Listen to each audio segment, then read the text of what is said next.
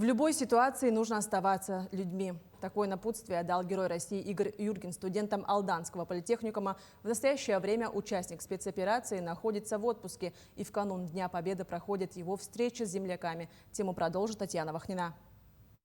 Студенты и преподаватели Алданского политехникума приветствовали Героя России Игоря Юргина. Командир штурмового отряда сейчас находится в отпуске и в канун Дня Победы встречается с земляками. Знакомство началось с возложения цветов к мемориальным табличкам, установленным на фасаде главного учебного корпуса в память о бывших выпускниках, которые погибли в горячих точках при выполнении боевых задач. Развивайтесь, учитесь, добивайтесь своих целей. Сохраняйте вот это вот наше якутское тепло, нашу отзывчивость, потому что вы ее нигде там не встретите на Западе, очень редко. После минуты молчания гость был приглашен в политехникум. В ходе экскурсии Игорь побывал в мастерских и в аудиториях, а также в музее. Студенты кузницы кадров ежегодно работают в составе поисковых экспедиций в местах боев Великой Отечественной войны. И в музее хранятся предметы, обнаруженные юношами в ходе раскопок.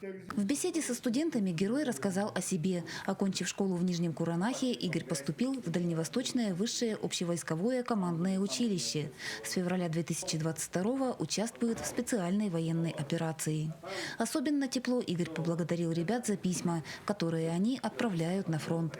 Искренние и наивные строки не просто дают поддержку, они заставляют думать и действовать, не опуская рук даже в самых сложных ситуациях. Я сидел в окружении с батальоном, ну там от батальона, грубо говоря, рота осталась. И вот почти 9 дней нам не подвозили ни еды, ни воды, ни боеприпасов, у нас кончились патроны. Ну, были патроны, но было их очень мало. Я уже простился, попрощался со всей своей семьей, со всеми родными, близкими.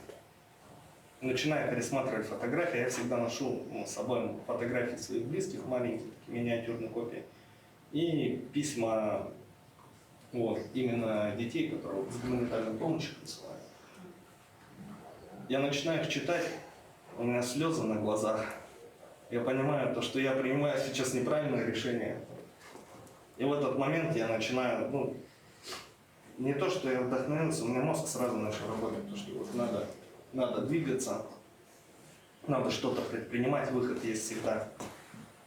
Я открыл карту на электронном носителе, посмотрел на характер боевых действий, где у противника есть брешь, и мы вышли. С окружения того вышло у нас 80 человек, мы даже своих всех погибших вынесли. Прежде чем принять какое-либо решение, следует думать. И в любой ситуации необходимо оставаться с людьми. Такое напутствие Герой России Игорь Юргин дал молодежи. Татьяна Вахнина, Александр Лукин, Алдан.